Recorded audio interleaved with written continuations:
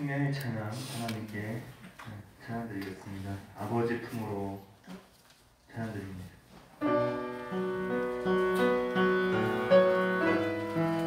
사랑하시고 기다리시는 하나님 우리 품으로 찬양드릴게요. 나의 죄 돌아가리라 아버지 기다리시는 모양으로 나의 죄 돌아가리라 아버지 안아주시는 모양으로 나의 죄 돌아가리라 아버지 눈물 흘리신 그 틈으로 나의 죄 돌아가리라 아버지 변치 않으신 그 틈으로 나의 어리석은 지난 날을 이제 가슴 치며 얘기하오니 나의 모든 죄를 용서하시고 그 사랑으로 감싸주소서 나의 죄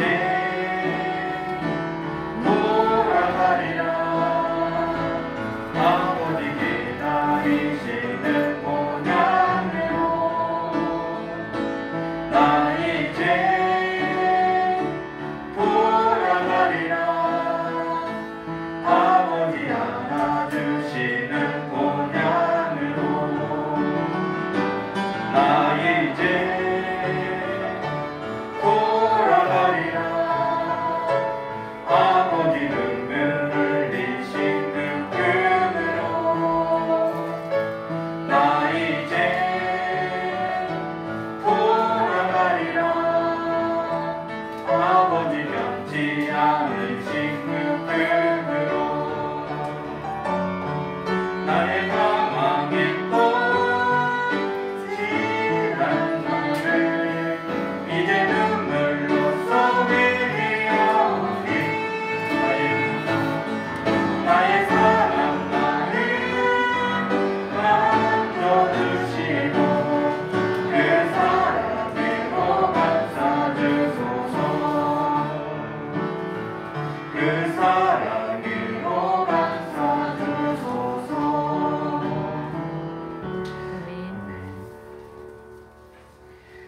주 여호와는 광대하시도다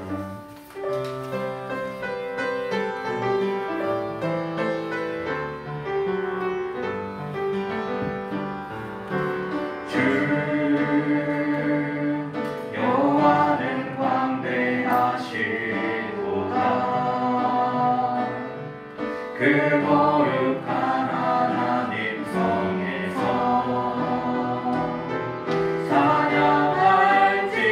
찬양할지어다 주 승리 우리에게 주셨도다 주 승리 우리에게 주셨도다 모든 원수 물리치셨네 엎드려 절하세 다 주의 뜻이 다 주의 뜻이 이름 높이며 우리에게 행하신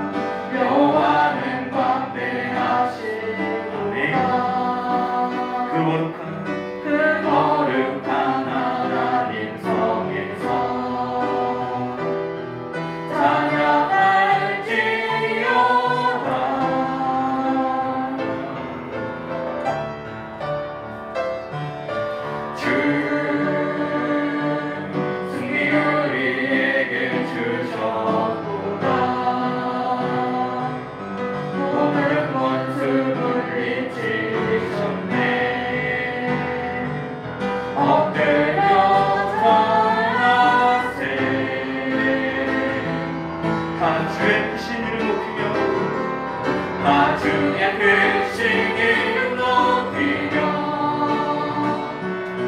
우리에게 행하신 위대한 일 감사하세. 오 주의 신실하신 그 사랑 온 땅과 하늘 위에 계셔 홀로 영원하신 이름 다 주의 크신 이름 다 주의 크신 이름 높이며 우리에게 행하신 위대한 일 감사하세. 오 주의 신실하신 그 사랑 온 땅과 하늘 위에 계셔 홀로 영원하신 이름. 아멘. 네, 주의 인자는 끝이 없고 그의 자비로는 무궁하며 우리 하나님 사랑을 생각합니다.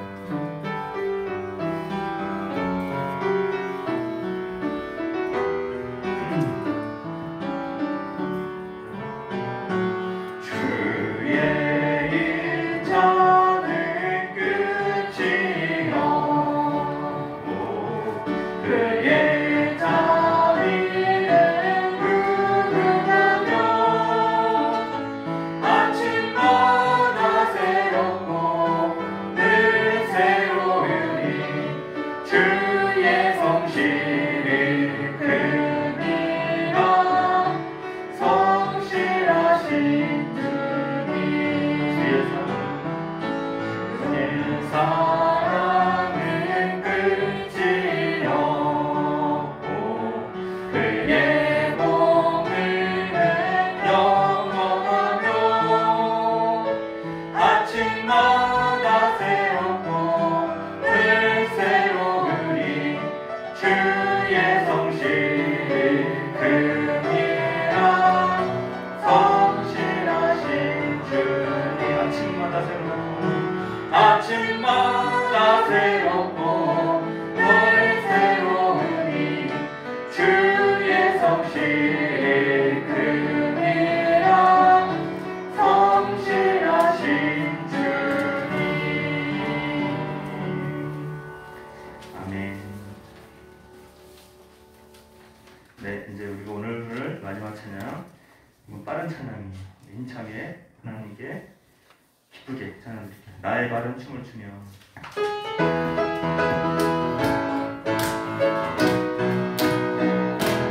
나의 발은 춤을 추며 나의 손은 손뼉치며 나의 입은 기뻐 노래 부르네. 나의 발은 춤을 추며 나의 손은 손뼉치며 나의 입은 기뻐 노래 내가 부르네.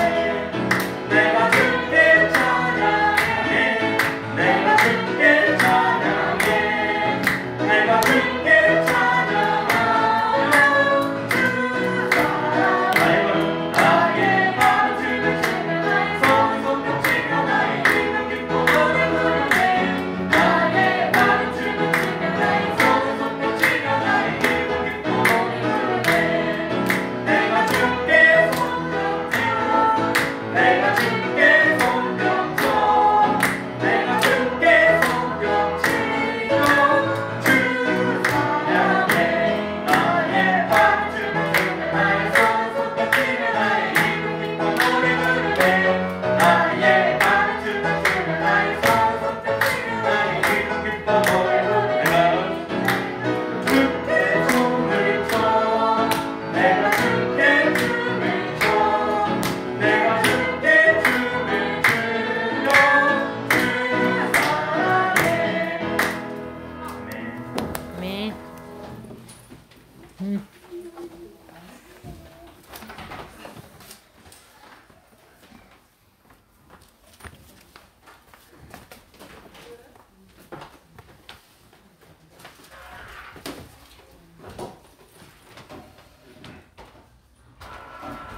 묵상기도 드림으로 주일 오후 예배 시작하겠습니다.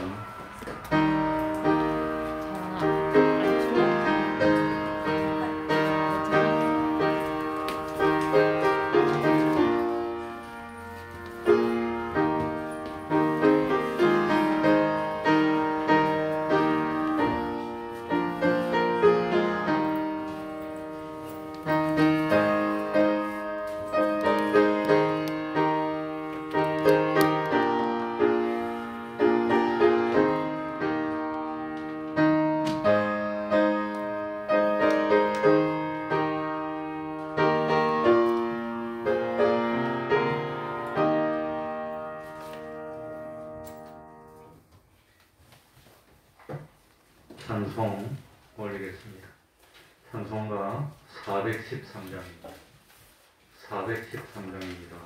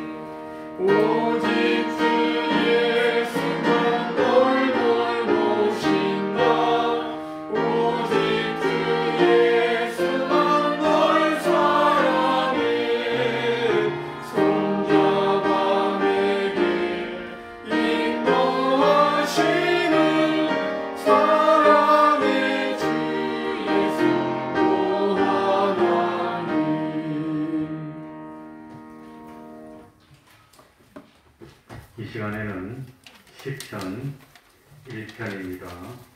시편 1편을 교독하겠습니다.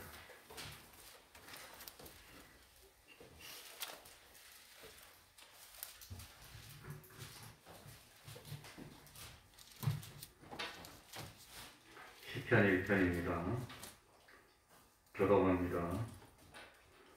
복 있는 사람은 악인의 꾀를 쫓지 아니하며 죄인의 길에 서지 아니하며 오만한 자의 자리에 앉지 아니하고 오직 여호와의 법을 즐거워하여 그 율법을 주야로 묵상하는 자다. 저는 시냇가에 심은 나무가 시절을 돋쳐 과실을 맺으며 그 잎사귀가 마르지 아니함 같으니 그 행사가 다 형통하리로다.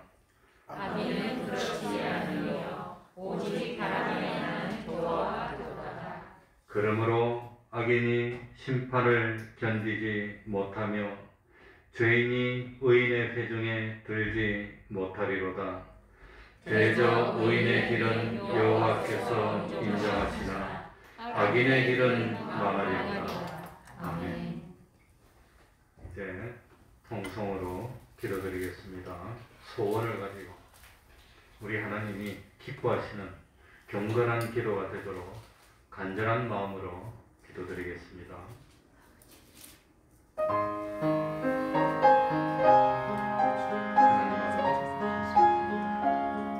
하나님 지혜를 주셔서 참으로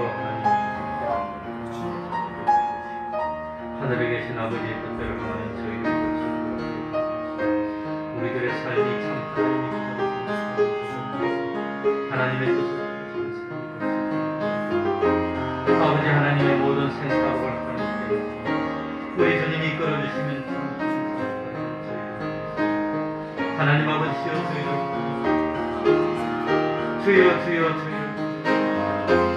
하나님의 도와주심 우리 하나님이 되는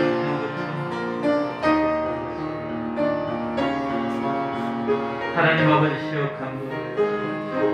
우리 태풍 우리 하나님 아버지 하나님이여 아버지 하나님 언제까지나 목소리가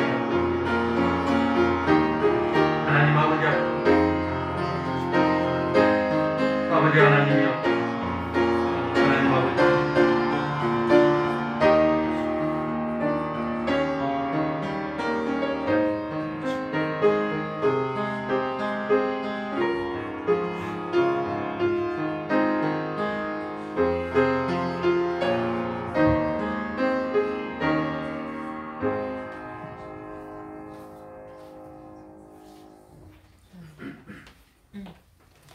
하나님의 말씀 신약 성경입니다.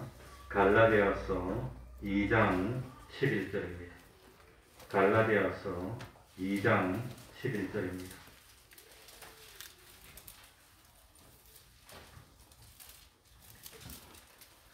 갈라디아서 2장 11절부터 14절까지를 제가 읽겠습니다.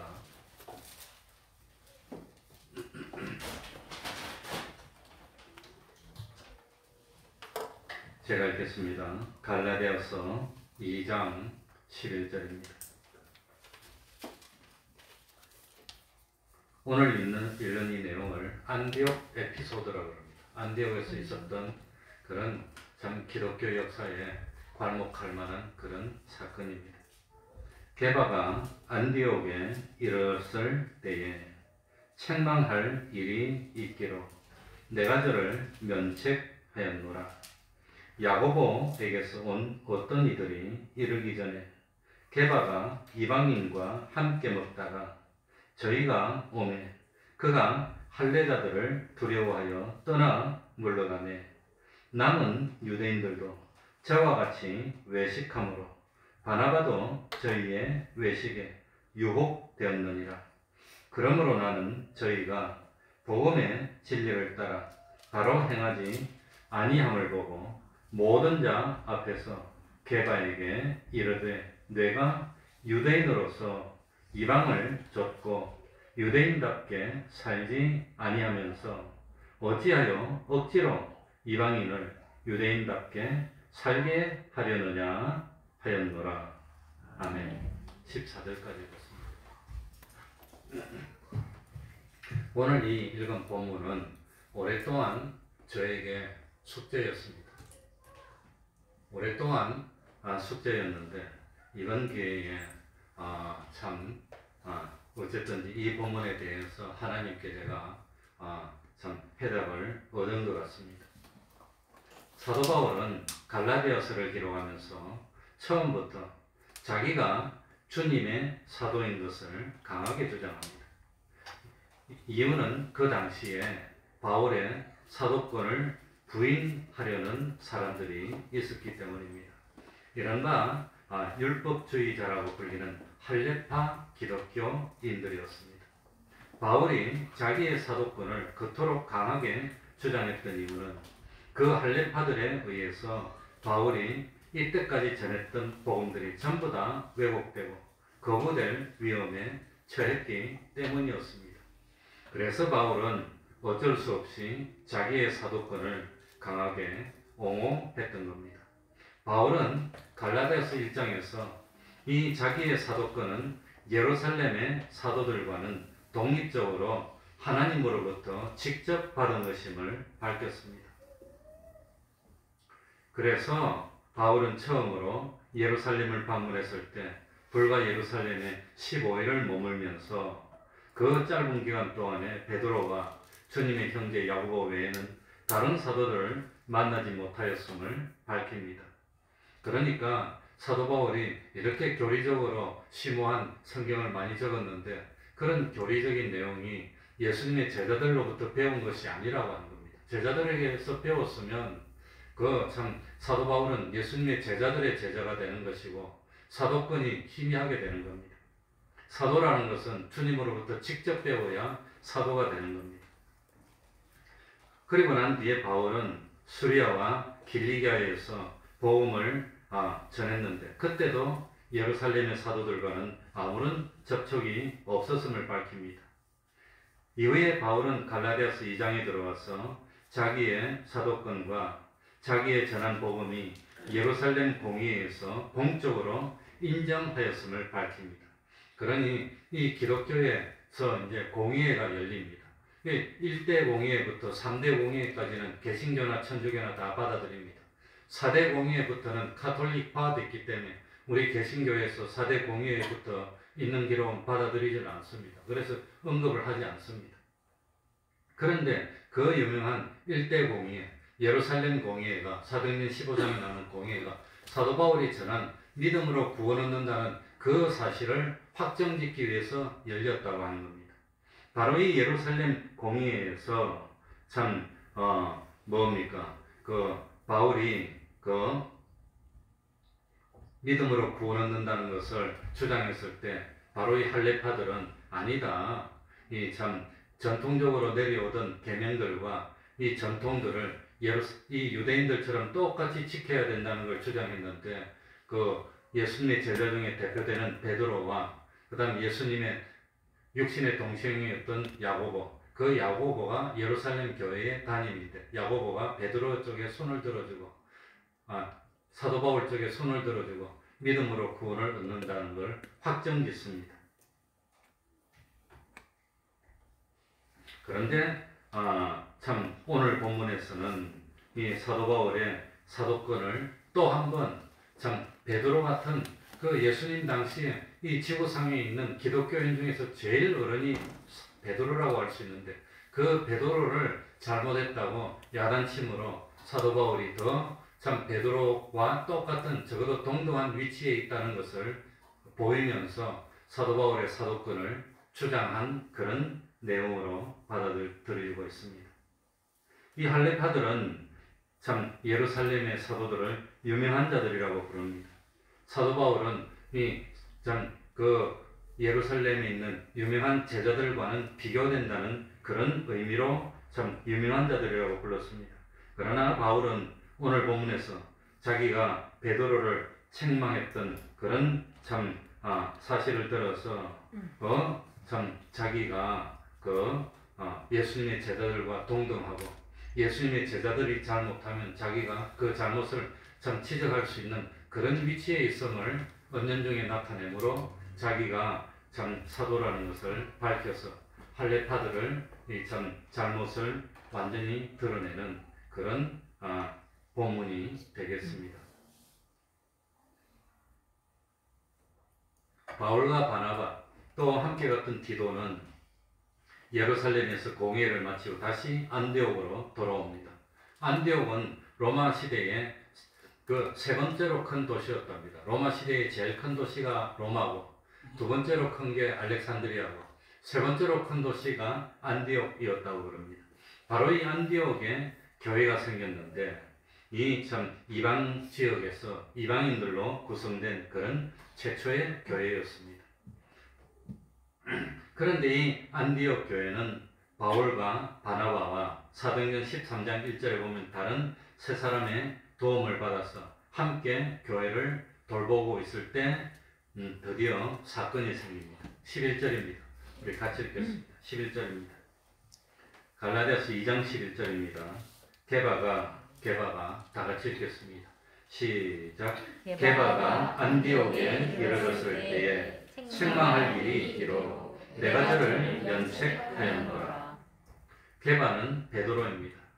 베드로가 언제 무슨 목적으로 안디옥에 왔는지 성경에는 밝히지 않고 있습니다.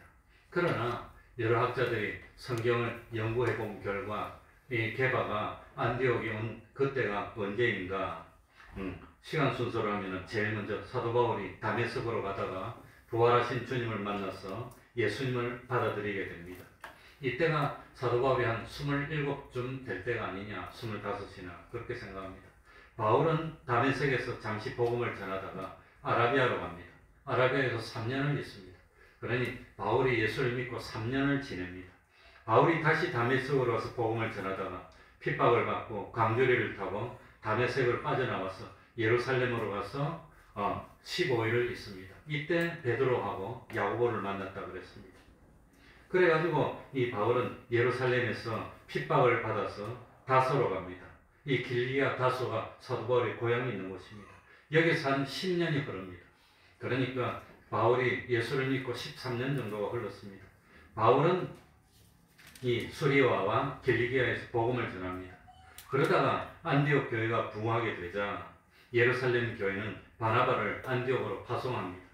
그러니 바나바가 안디옥 교회 목사가 된 겁니다. 파송받아서 안디옥으로 갑니다. 바나바는 안디옥으로 가다가 길리기아 다소에 있는 사도 바울을 불러가지고 안디옥 교회에 같이 오는 겁니다. 이래서 음지에서 일하던 바울이 드디어 양지로 나오게 되고 이 기독교 역사의 정통 역사에 바로 서게 되는 겁니다. 이 바나바의 공로입니다. 그래서 바울과 바나바는 안디옥 교회에서 목회를 합니다. 그러다가 안디옥 교회에서 바나바와 바울 안수해가지고 선교사로 보냅니다. 이것이 뭡니까? 제1차 전도 여행이 되는 겁니다. 이 제1차 전도 여행 때 이 바울과 바나바는 갈라디아로 다니면서 교회를 세우고 기적이 막 일어나고 하나님이 함께 하는구나, 하나님이 이방에도 복음을 전해서 교회들이 이렇게 서는구나 하는 역사가 나타나고 그 소문이 예루살렘까지 전해지게 될 겁니다. 그리고 1차 선교 여행을 마치고 바울과 바나바가 안디옥으로 옵니다.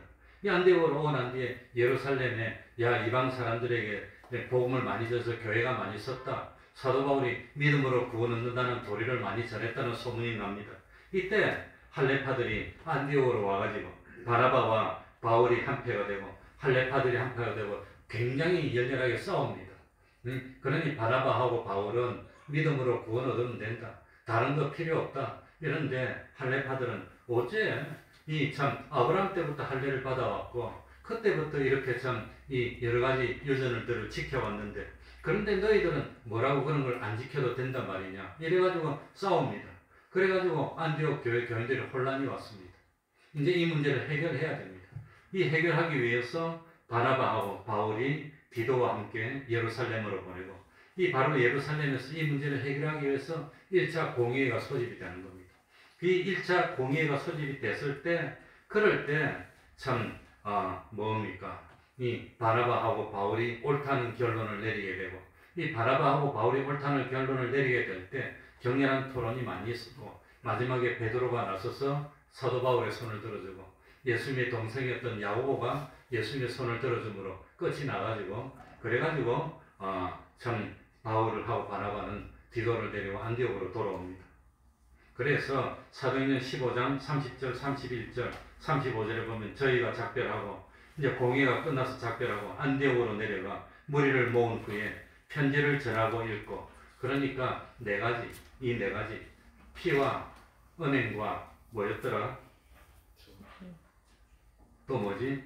그 뭡니까? 우상의 제물과 이 목묘 죽인 거 요거 네 가지만 하지 말고 나머지 다른 짐을 지을 것이 없다는 그걸 읽어줍니다. 그래가지고 안디옥 교인들이 기뻐합니다. 바울과 바나바는 안디옥에서 이와여 다수한 다른 사람들과 함께 주의 말씀을 가르치며 전파하니라. 이렇게 이 예루살렘 공의가 끝나고 난 뒤에 이 갈라디아서 2장 11절 이 사건이 생겼다는 겁니다. 끝나고 난 뒤에 웬일인지 이 베드로 게바가 안디옥 교회까지 옵니다. 뭐하러 왔을까?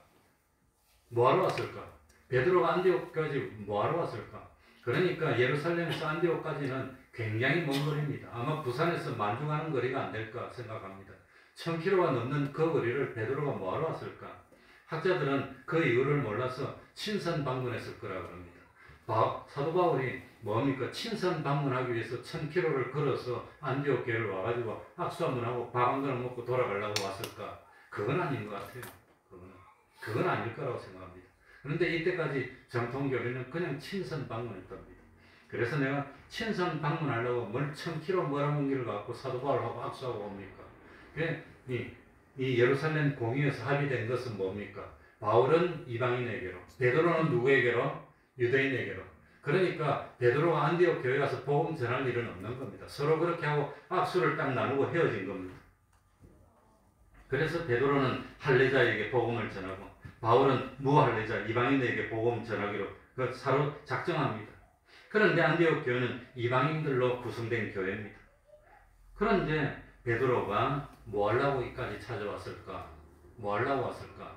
아마도 베드로는 사도 바울에게 힘을 실어주기 위해서 온 것이 아닌가 그런 생각이 듭니다. 사도 바울이 하는 일이 옳고 사도 바울이 하는 일에 하나님이 함께하는 역사가 막 나타나니까 베드로가 그까지 찾아와서 안디옥 교회 교인들을 다독여주고 사도 바울에게 힘을 실어주고 그러기 위해서 오지 않았을까 그런 생각을 합니다. 어쨌든지 그거는 제 개인의 생각입니다. 그런데 어쨌든지 뭐 친선으로 방문했다는 그거 이상은 다른 건 없습니다. 그런데 문제가 생겼습니다.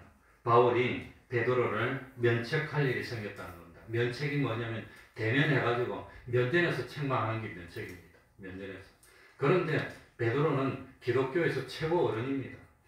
천주교를 치면 교황입니다. 교황과 같은 위치인데 사도 바울은 아주 젊은 사람이고 베드로보다 아들밖에 안 되는 그런 사람인데 면전에서 책망할 수 있을까? 없을 것 같아요. 어떻게 면전에서 책망할 수 있단 말입니까? 그런데도 바울이 베드로를 여러 사람이 보는 앞에서 공개적으로 책망했다고 되어 있는데 이 면책했다는 게 번역이 아마 잘못된 거로 봅니다. 책망한 것이 아니라 그래서 참고서적이나 주석들을 쭉 보니까 이 면책이라고 하는 것이 책망했다고 번역된 것은 오역이고 대면하여서 베드로가 한 일이 바른 일이 아닙니다 하고 반대하여서 자기 견해를 밝혔다는 뜻이랍니다. 그런데 그걸 우리말로 번역하면서 면책, 어떻게 아가 어른 앞에 가고 스승 같은 사람을 면전에서 책망할 수 있나?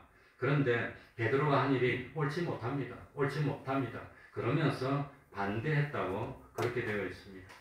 그리고 이 책망할 일이 있기로 이 책망할 일이 있기로라는 이 해석은 베드로가 다른 사람이 베드로의 잘못을 지적해서 정죄한다는 그런 의미가 아니라 베드로 자신이 스스로 판단해서 내가 한 일이 옳지 않으니까 이건 잘못됐다고 정죄 자리에 스스로 선다는 의미랍니다. 스스로. 그러니까 아마도 이 사건이 있고 난 뒤에 이 베드로가 일부러 자리를 만들어서 베드로가 공석에 서고 그 다음에 사도 바울이 옆에 서가지고 베드로가 지금 한 이 일은 옳은 일이 아닙니다 하고 말할 수 있는 기회를 줬다고 하고 그 기회를 줬을 때 사도 바울은 베드로가 이렇게 한 일은 옳지 않습니다 하고 자기 견해를 한번 밝히는 그런 기회를 가진 것이 아닌가 생각이 됩니다. 그러니까 이게 베드로 보고 당신은 잘못했습니다 하고 야단치고 책망했다기보다는 베드로가 이런 행동을 한 것은 아무리 동기가 좋아도 그 동기가 좋다더라도 하나님 앞에 올바른 것이 아닙니다 하는 것이 사도 바울의 입장이고 베드로의 입장은 뭐냐? 이게 좀 외식같이 보이고 그럴 수도 있지만 그러나 구원을 위해서 이렇게 참 외식같이 보이는 일을 해도 된다는 것이 베드로의 입장이었고 아마 그렇게 서로 입장이 달랐지 않았을까 생각이 됩니다. 그게 제가 생각입니다. 근데 일반적으로는 베드로는 잘못했고 그 베드로를 사도 바울이 책망한 걸로 되어 있습니다. 제가 생각할 때는 아무리 생각해도 그 견해를 받아들일 수가 없어서 오랫동안 고민하면서 생각을 했는데 가만히 보니까 아마 베드로를 책망한 것은 그게 책망한 것은 아니라 이게 한글로 번역하면서 잘 못되었고 그것이 좀 다른 그것이 아닌 것이 아니냐 생각합니다. 특별히 베드로를 책망해가지고 사도 바울하고 베드로하고 사이에 갈등이 있고 어려움이 있었다고 보는 것이 튜빙겐 학파라고 합니다. 바우어라는 사람이 대표인데 튜빙겐 학파에서는 두 사람이 파벌이 서로 달랐고 서로 갈등이 있었는데 2세기에 가서 통합이 되고 서로 했다고 하지만 아마 틀린 학파의 그 주장을 받아들이는 사람은 많지는 않습니다.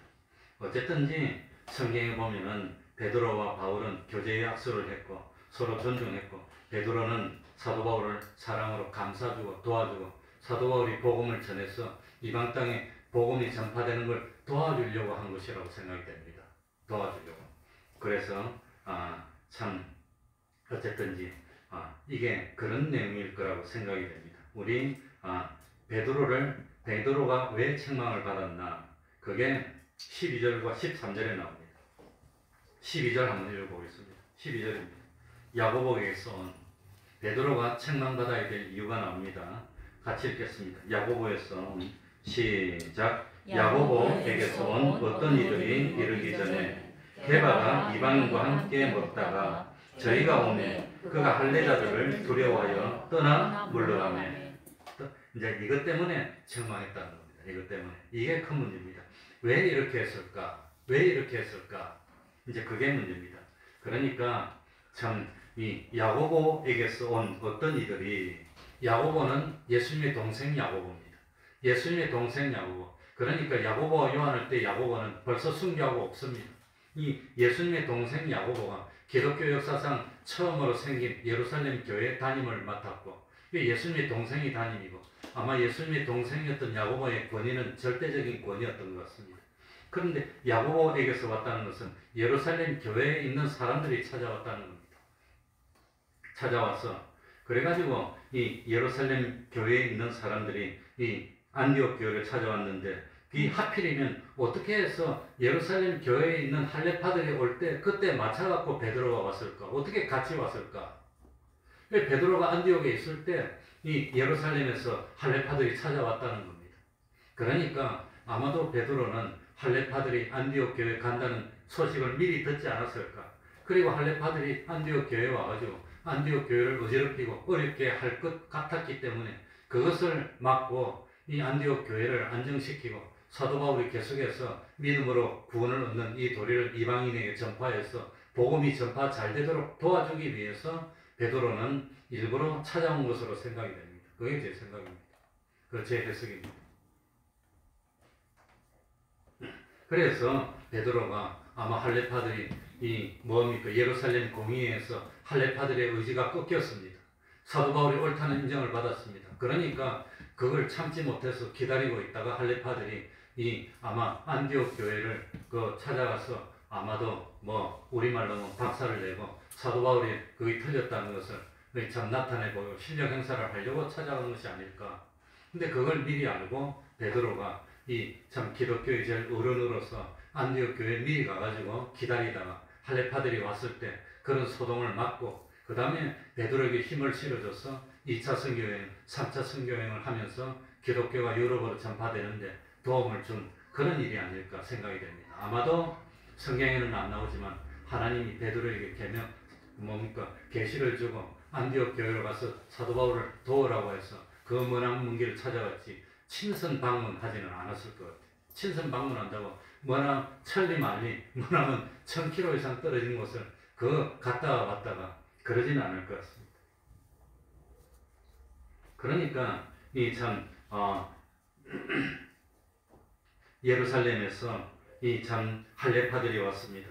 이 할례파들은 야고보에게서 왔다고 했는데 야고보가 안디옥 교회로 파송한 것은 아니고, 일반적으로 그건 아니라고 다들 생각합니다. 아니고 그냥 이 예루살렘 교회에서 자칭 정통 유대인이라고 하는, 자칭 참 유대인이라고 하는, 잘 믿는다고 하는 정통파들, 그러니까 전통을 지키고 할례를 행해야 되고, 그 다음에 이때까지 내려온 1000년 이상 내려온 이 장로들의 유전은 다 지켜야 된다고 생각하는 이 할례파들이 이방인으로 구성된 이 안디옥 교회가 최초에 생긴 교회인데, 이 안디옥 교회가 중심이 돼가지고 사도 바울이 3번이나 천도 여행을 하면서 복음을 전해서 세계가 다 복음화 됐는데, 그걸 뿌리 뽑고 그걸 막으려고 하기 위해서 내려온 것이 아닐까, 그렇게 생각이 됩니다.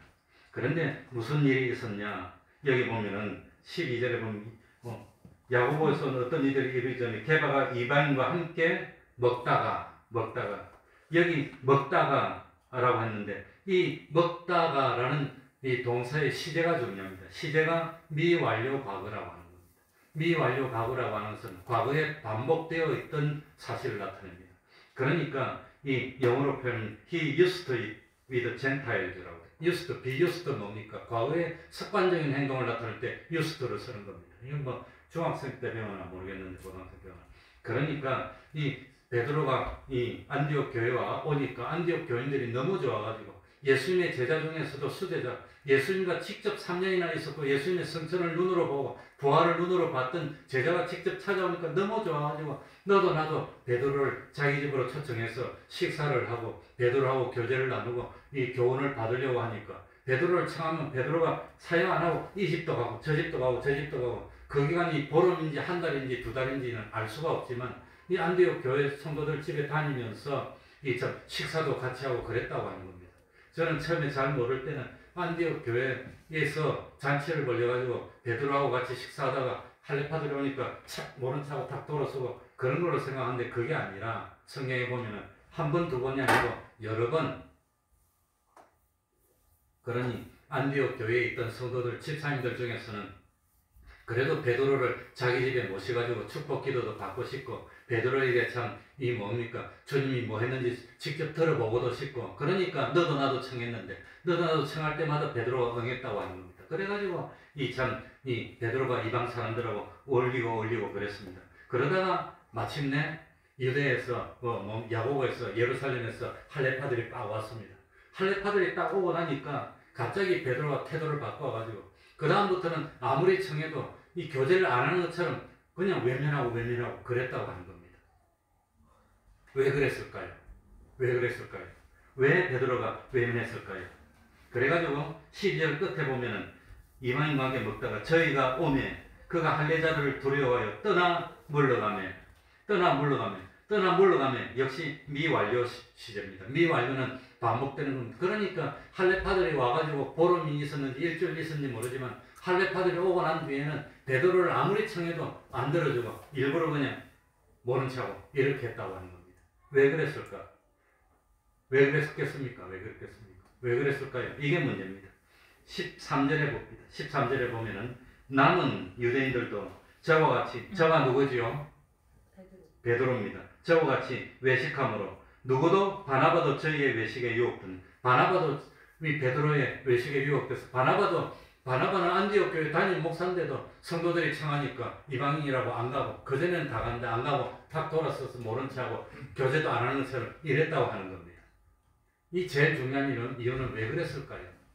베드로가 왜 그랬을까요?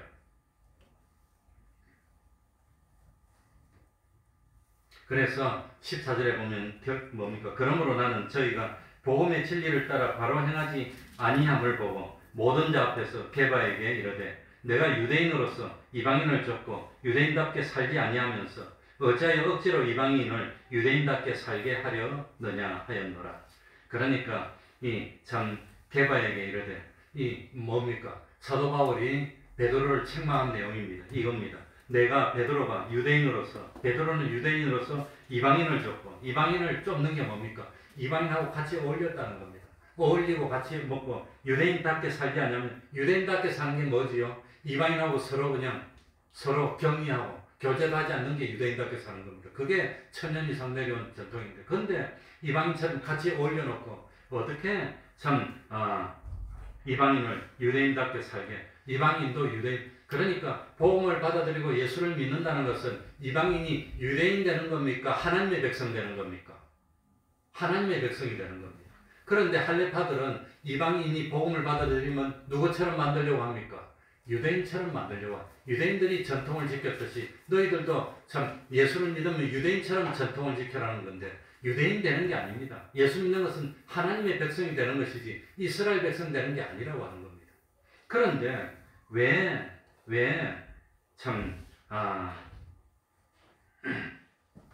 이 베드로가 이 할례파들이 왔을 때 참 돌아서 가지고 이게 뭐 참 안 그런 척하는 외식을 했을까요? 그 왜 그랬을까요? 12절에 보면은 뭐라고 했습니까? 저희가 오매 할례파들이 오매 베드로가 할례자들을 뭐하여? 두려워하여라고. 베드로가 할례자들을 두려워했을까요? 뭘 두려워했단 말입니까? 죽일까봐 두려워했단 말입니까? 여기 할례자들은 사도 바울이 옛날에 다메섹에 가면서 사람들을 잡아가두고 하던 공권력이 그런 게 없습니다. 여기 할례파들은 기껏 해봐야 베드로에게 나쁜 소문을 퍼뜨리는 것, 비난하는 것, 그 외에는 할 수가 없습니다.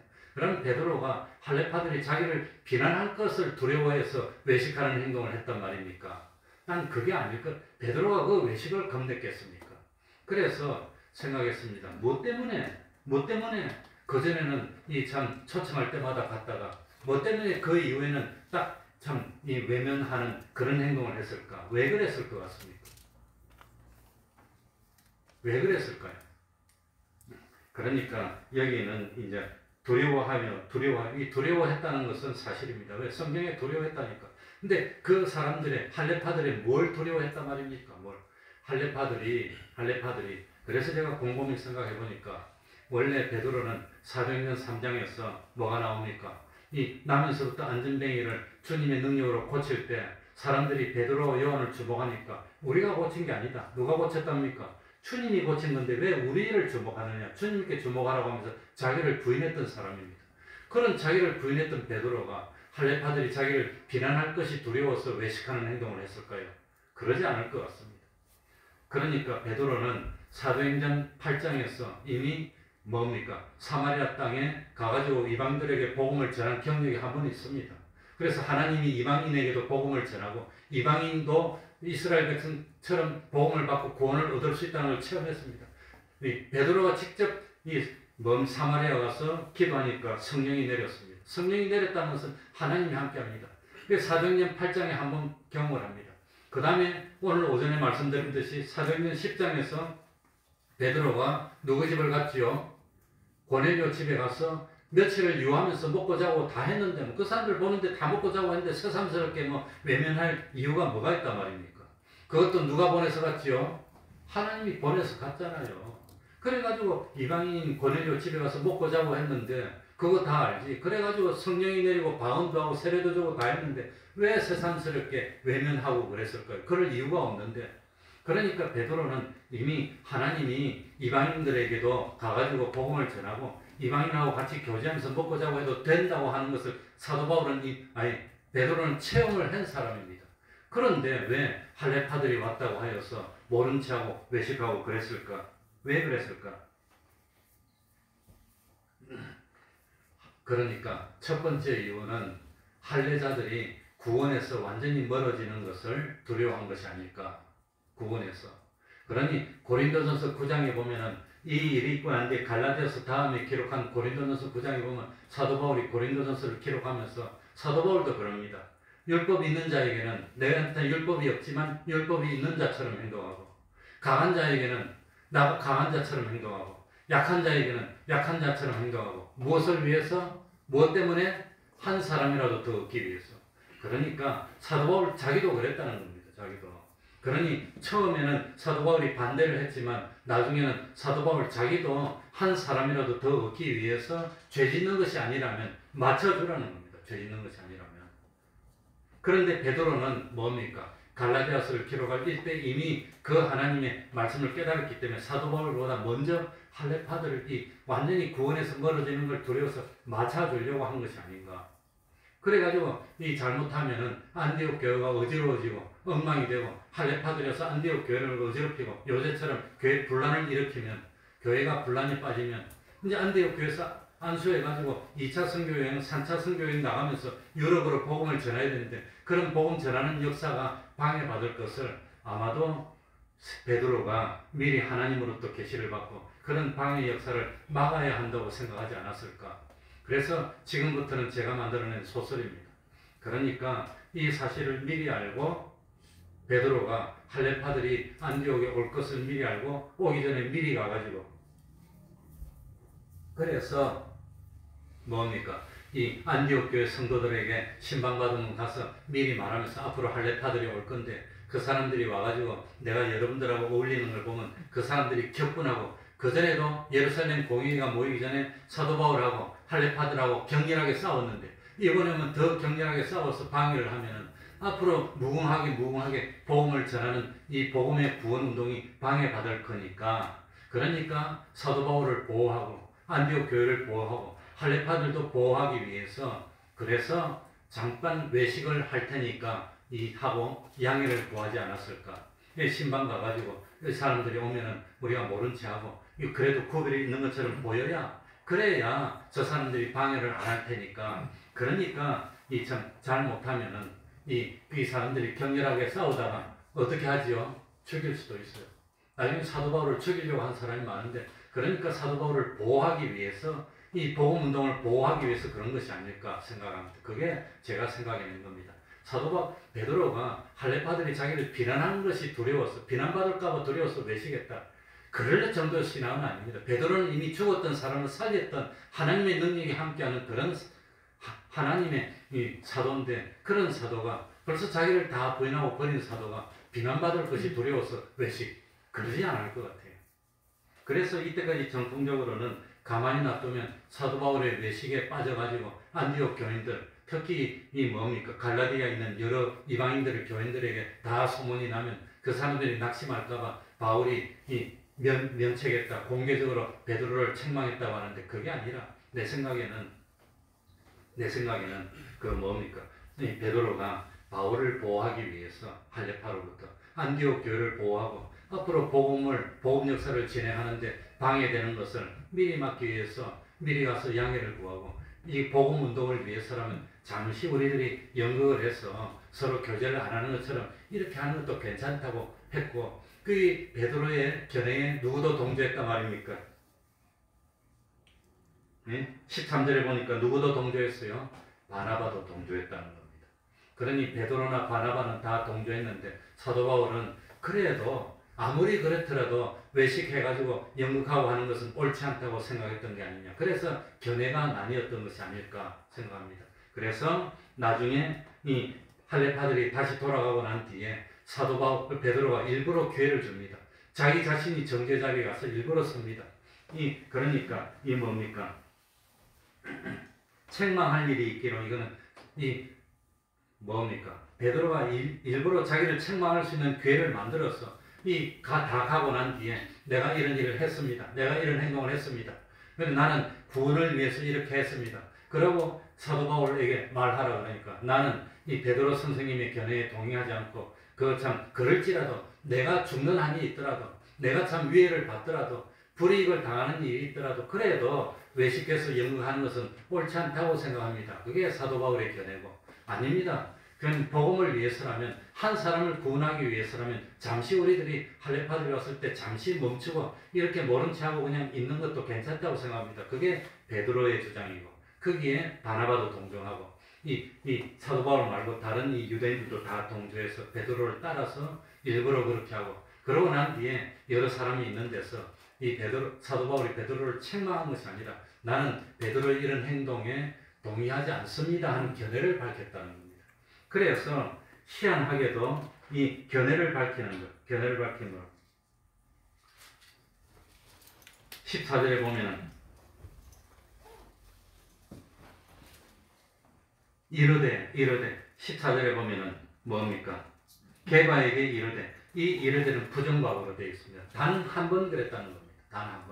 단 한 번. 그러니까 희한하게도 이 다른 거는 미완료 과거로 되어 있는데 이 사도 바울이 게바에게 베드로에게 이건 옳지 않습니다 말한 것은 단 한 번만 하는 부정과거 시제로 되어 있습니다.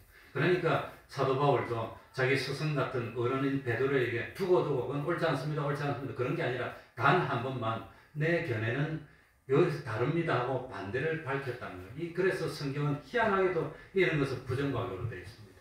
예수님이 십자가를 졌다 할 때도 부정과거로 되어 있습니다. 한 번만 전 겁니다. 그리고 이 베드로가 뭡니까? 참 이렇게 연극을 하고 있는 것은 미완료 과거로 되어 있습니다. 여러 번 반복한 거. 그러니까 성경은 오묘하고 이런 걸 보면 어떻게 이렇게 참 이 취재 하나도 이렇게 교리하고 딱 맞게 떨어지게 적어놨나 감탄한다고 하는 겁니다. 감탄하는 겁니다. 그런데 나중에 이 베드로가 하나님이 감동을 받아서 베드로전서, 베드로후서를 적는데 베드로후서 3장 15절에 보면은 자기한테 자기 견해에 동조하지 않은 사도 바울을 높이 평가합니다. 그래서 뭡니까? 우리 사랑하는 형제 바울이라고 표현합니다. 그러니까 베드로는 바울을 품어주려고 했던 겁니다. 품어주고 사랑해주고 아껴주고, 그리고 이 사도 바울을 뭡니까? 세워줌으로 바울에게 용기를 주고 더욱더 힘을 내서 복음을 전할 수 있도록 만들기 위해서 안디옥에 일부러 찾아와서 이런 행동을 했다고 생각이 되는 겁니다. 그러니까 얼마나 아름다운 일입니까?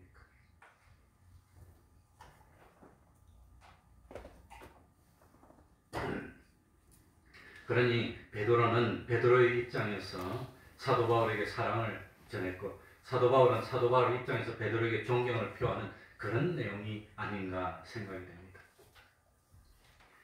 그러니까 우리들도 믿는 사람으로서 서로 협조하고 도와주고 다른 사람을 세워주는 이런 일을 하면 하나님이 기뻐합니다. 이런 배려가 있고 역사가 있었기 때문에 사도 바울은 끝까지 직임을 다했고, 그리고 땅 끝까지 복음을 전해서 유럽으로 복음을 전하고 로마가 기독교가 되는데 앞장서게 되고 하는 공로를 세웠고, 거기에는 알게 모르게 다른 사람들이 보이지 않는 곳에서 이렇게 기도하고 협조하고 도와줬다는 겁니다. 그러니 지난 수요일날 설교를 하면서 뭡니까? 우리는 지체입니다. 지체는 보이는 지체도 있고 무슨 지체도 있지요? 보이지 않는 지체도 있어. 보이는 지체가 열심히 일하려면 보이지 않는 지체가 보이지 않는 곳에서 자기 역할을 해야 되는 겁니다.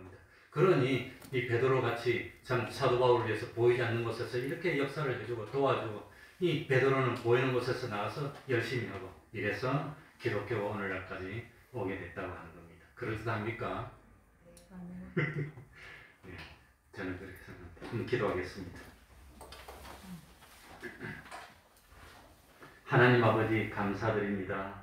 참 우리는 한 몸에 있는 지체들입니다. 그 몸의 머리는 예수 그리스도입니다.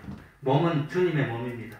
주님의 머리에서 나온 하나님의 뜻을 바로 받들어서, 손은 손의 역할을 하면서 아버지의 뜻을 행하고, 눈은 눈의 역할을 하면서 아버지의 뜻을 행하고, 입은 입의 역할을 하면서 아버지의 뜻을 행해서, 보이는 곳에서 수고하는 분은 보이는 곳에서 수고하고, 보이지 않는 곳에서 수고하는 분들은 보이지 않는 곳에서 수고해서 이 몸된 교회를 세워나가는 저희들이 되고, 우리 태평동 교회가 주님이 오시는 그날까지 복음의 역사를 감당할 수 있도록 우리들이 주님 안에서 한 몸이 돼서 서로 돕고 서로 위하고 밀어주고 당겨주며 몸된 교회를 세워나가는 아름다운 조화를 이루는 우리 교회가 될 수 있도록 하나님 아버지 은혜 베풀어 주옵소서. 그 옛날 힘들고 핍박받고 어려울 때 참 베드로가 바울을 염려해주고 도와주고 사랑해주고, 또 바울은 베드로를 존경하고 이렇게 함으로 서로 견제하고 서로 돕고 하면서 발전해 나가며 참 복음운동을 일으켜서 오늘날까지 온 것처럼 우리들도 힘들고 어렵지만 그럴수록 더욱더 기도하고 구제하고 경건한 행동을 해서 하나님을 기쁘시게 하는 역사가 나타나고, 원하옵기는 우리 태평동 교회가 진실로 참 믿음의 그루터기 같은 복의 근원이 되는 교회가 될 수 있도록 은혜 베풀어 주옵소서. 하나님 아버지, 참 우리 태평동 교회 날이 갈수록 믿음이 든든해지게 하여 주시고, 적지만 하나님의 뜻을 온전히 행하는 그런 교회 될 수 있도록 참 갑절의 영광으로 감동으로 역사하여 주시옵소서. 예수님 이름으로 기도하옵나이다. 아멘. 찬송 올리겠습니다. 268단. 주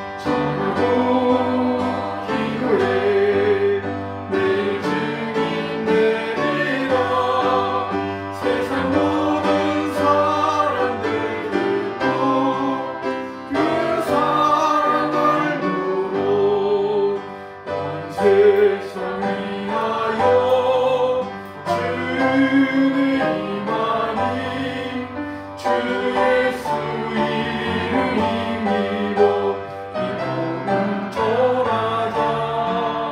먼 곳에 나가서 전하지 못해도 나 어느 곳에 있든지 늘 기도는 쓰리.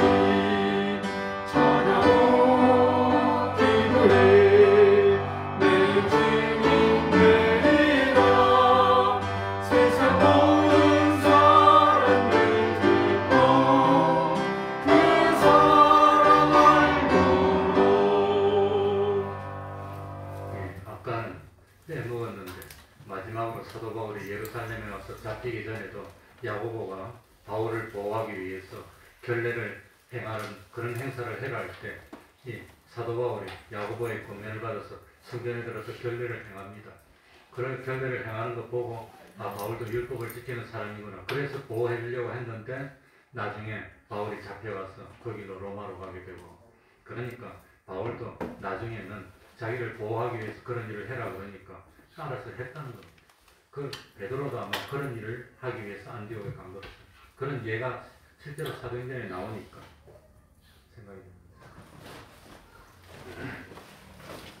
예, 매일 30분 기도, 성경 읽기, 전도하기, 가정예배, 이거는 잊지 말고 꼭 하도록 합시다. 그리고 이제는 좀 방역 조치가 많이 완화됐으니까 집에서 앉아가지고 몸이 비대면으로 예배하고 그럴 필요는 없어졌습니다.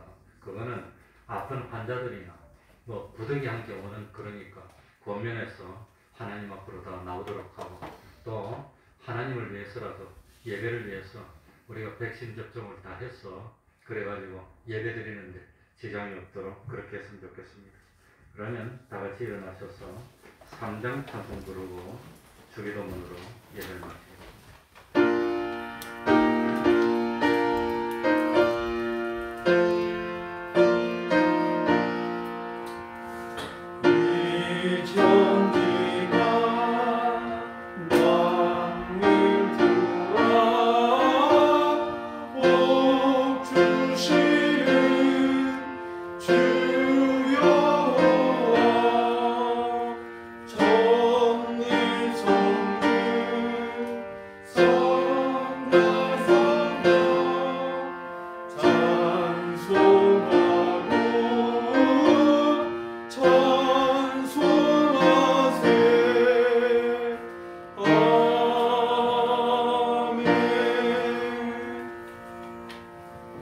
하늘에 계신 우리 아버지여, 이름이 거룩히 여김을 받으시오며 나라의 임하옵시며 뜻이 하늘에서 이루는 것 같이 땅에서도 이루어지이다.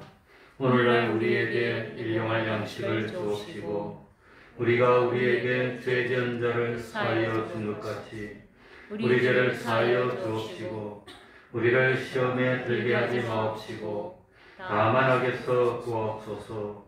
대개 나라와 권세와 영광이 아버지께 영원히 있사옵나이다. 아멘.